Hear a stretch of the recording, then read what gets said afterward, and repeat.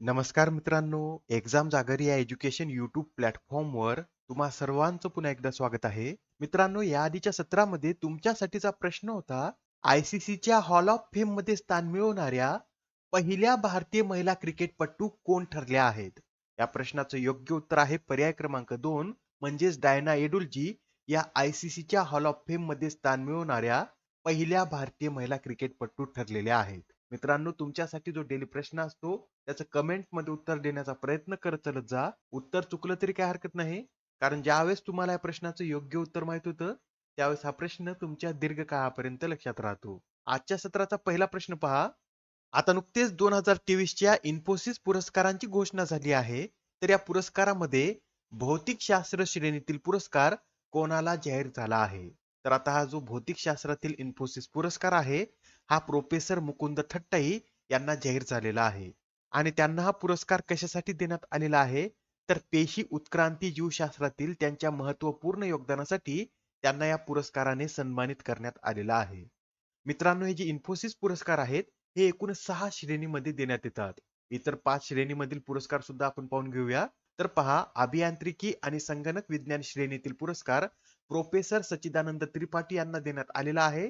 Professor Tripathi हे IIT कानपूरचे प्राध्यापक आहेत आणि त्यांना सेन्सर आधारित वायू गुणवत्ता नेटवर्क आणि मोबाईल प्रयोगशाळा उभारण्यासाठी हा पुरस्कार प्रदान करण्यात आलेला आहे. मानवता श्रेणीतील पुरस्कार जानवी फाल्के यांना देण्यात आलेला आहे. जानवी फाल्के या सायन्स गॅलरी बँगलोरच्या संस्थापक आहेत. जीवशास्त्र श्रेणीतील पुरस्कार अरुण कुमार शुक्ला यांना देण्यात आलेला आहे. ते IIT कानपूरच्या बायोलॉजिकल सायन्स आणि बायो इंजिनिअरिंगचे प्राध्यापक आहेत आणि त्यांना पुरस्कार जीवशास्त्र क्षेत्रातील त्यांच्या उत्कृष्ट आणि दूरगामी योगदानासाठी देण्यात आलेला आहे. गणितीय विज्ञान पुरस्कार भार्गव भट, तर सामाजिक विज्ञान पुरस्काराने करुणा मंटेना यांना सन्मानित करण्यात आलेला आहे. हा जो इन्फोसिस पुरस्कार आहे हा कधीपासून देण्यात येतो? तर 2008 पासून हा पुरस्कार देण्यात येतो आणि यामध्ये विजेत्याला एकूण पुरस्कार राशी किती देण्यात येते? तर $1,00,000 इतकी यामध्ये विजेत्याला पुरस्कार राशी देण्यात येते. प्रश्न क्रमांक दुसरा पहा. IPEF बैठकीत करण्यात आलेल्या सप्लाय चेन रेसिलियन्स करारावर किती देशांनी स्वाक्षरी केली आहे? तर आता नुकतीच IPEF ची बैठक अमेरिकेतील सान फ्रान्सिस्को या शहरात पार पडलेली आहे व या बैठकीत करण्यात आलेल्या सप्लाय चेन रेसिलियन्स करारावर एकूण 14 देशांनी स्वाक्षरी केलेली आहे. बरं, आता हे जे IPEF आहे याचं फुल फॉर्म काय आहे? तर Indo Pacific economic framework for prosperity असे याचं पूर्ण स्वरूप आहे आणि या IPEF ची स्थापना अमेरिकेच्या पुढाकाराने 23 मे 2022 रोजी करण्यात आली होती. हे जे IPEF आहे याचे एकूण किती देश सदस्य आहेत?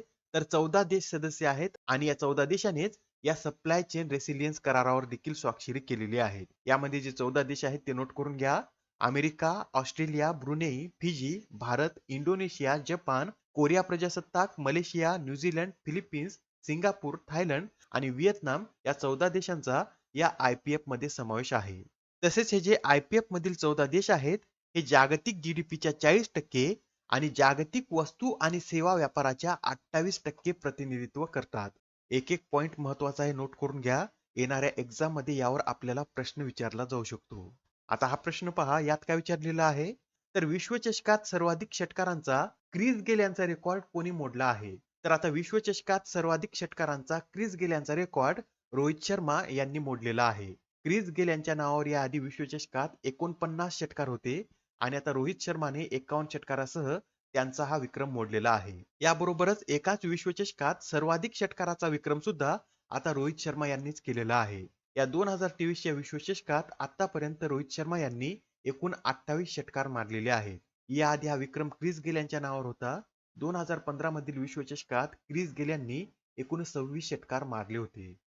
मित्रांनो, या आधीच्या सत्रामध्ये आपण पाहिलं होतं की विराट कोहली यांनी 50व वनडे शतक केलेलं आहे. यात अजून 2 पॉइंट नोट करून घ्या. त्यांनी आपलं पहिलं शतक कोणत्या देशाविरुद्ध खेळताना केलं होतं?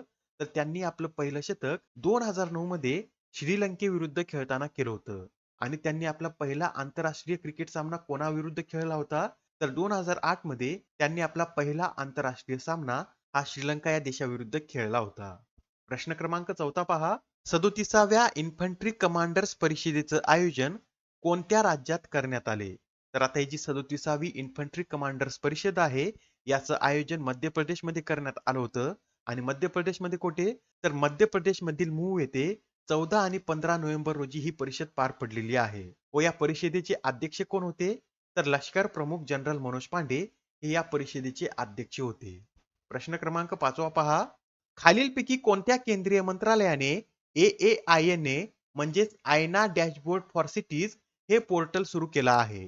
तर आता हे जे पोर्टल आहे हे गृहनिर्माण आणि शहरी व्यवहार मंत्रालयाद्वारे सुरू करण्यात आलेलं आहे. या पोर्टलची सुरुवात 13 नोव्हेंबर रोजी झाली असून या पोर्टलच्या माध्यमातून स्थानिक स्वराज्य संस्था स्वेच्छेने आपल्याकडील मुख्य डेटा या पोर्टलवर जमा करू शकतील. प्रश्न क्रमांक 6 पहा. कोणत्या राज्य अथवा केंद्रशासित प्रदेशातील सिबक थॉर्न फळाला GI टॅग देण्यात आला आहे?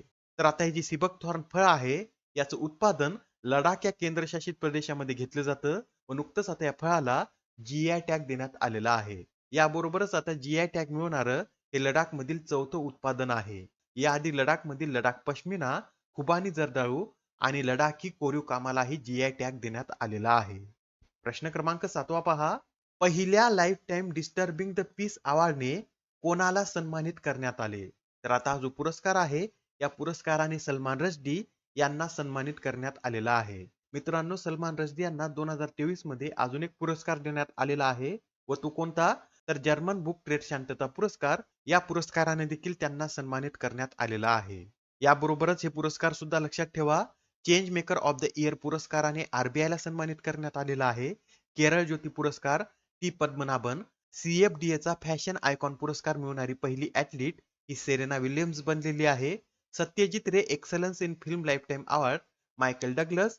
जागतिक शिक्षक पुरस्कार Deep Narayan Nayak. British academy book award Nandini Das. Global Indian award Sudha मूर्ती.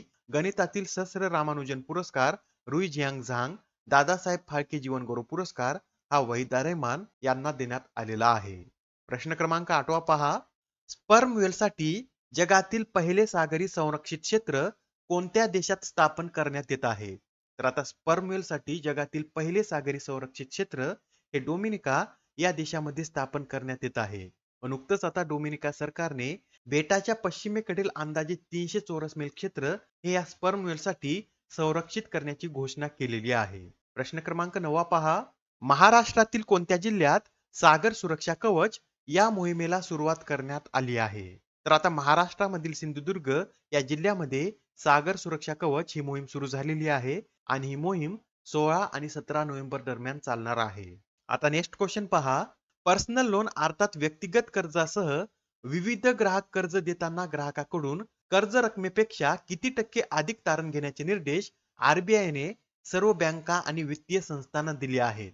तर नुकतेच आता RBI ने ग्राहक कर्ज देताना ग्राहकाकडून कर्ज रकमेपेक्षा 25% अधिक तारण घेण्याचे निर्देश सर्व बँका आणि वित्तीय संस्थांना दिलेले आहेत. आणि यामध्ये गृह, वाहन, शिक्षण आणि सोन्याच्या दागिन्यावरील कर्जावर सूट देण्यात आलेली आहे. म्हणजेच त्यावर 25% अधिक तारण घेण्यात येणार नाही. आजच्या सत्रामधील शेवटचा प्रश्न पहा. दरवर्षी आंतरराष्ट्रीय सहिष्णुता दिवस कधी साजरा केला जातो? तर हा जो आंतरराष्ट्रीय सहिष्णुता दिवस आहे हा दरवर्षी 16 नोव्हेंबर रोजी साजरा केला जातो. आणि मित्रांनो, प्रथम संयुक्त राष्ट्र महासभेने गांधीजींच्या 125व्या जयंतीनिमित्त 1995 हे वर्ष सहिष्णुतेचे आंतरराष्ट्रीय वर्ष म्हणून घोषित केले होते व त्यानंतर 1996 मध्ये आंतरराष्ट्रीय सहिष्णुता दिवस प्रथम साजरा करण्यात आला होता. आजच्या सत्रामधील तुमच्यासाठीचा प्रश्न पहा. पंतप्रधान नरेंद्र मोदी यांनी कोणत्या राज्यातून प्रधानमंत्री जनजाती आदिवासी न्याय महाअभियानाचा शुभारंभ केला आहे? आता या प्रश्नाचं उत्तर कमेंट मध्ये देण्याचा प्रयत्न करा.